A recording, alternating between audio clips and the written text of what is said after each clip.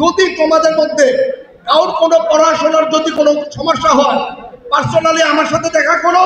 আমি প্লাস আমার পরিবার মিলে তোমাদের ওই সমস্যাটা সমাধান করে তোমরা যাতে পড়াশোনায় আগায় যেতে পারো, এই চেষ্টাটা ইনশাআল্লাহ আমি করব।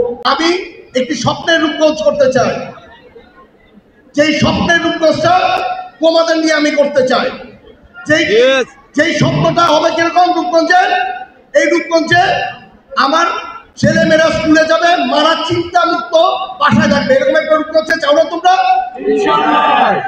তোমরা রূপগঞ্জের সবগুলি রাস্তাঘাট সুন্দর চাও নাকি সুন্দর চাও না?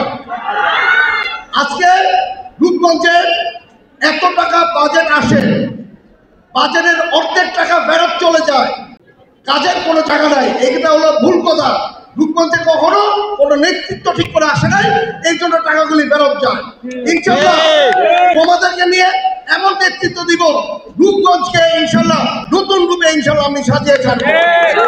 আজকে যে কিছু করার সময় আমি একটি কথা বলি, বাংলাদেশে যে কোনো রেভলিউশন বলো, যে কোনো সময় দুঃসময় বলো, সবসময় স্টুডেন্টরাই কিন্তু নতুন আঙ্গিনায় নতুনভাবে করে সাজিয়ে দিয়েছে।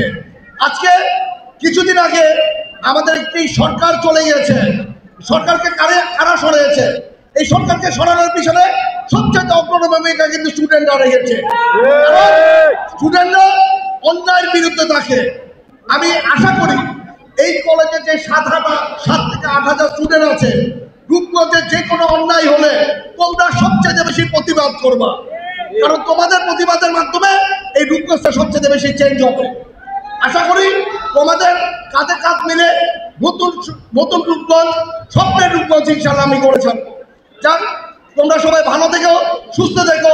আরেকটি কথা, যদি তোমাদের মধ্যে কারোর কোনো পড়াশোনার যদি কোনো সমস্যা হয়, পার্সোনালি আমার সাথে দেখা করো।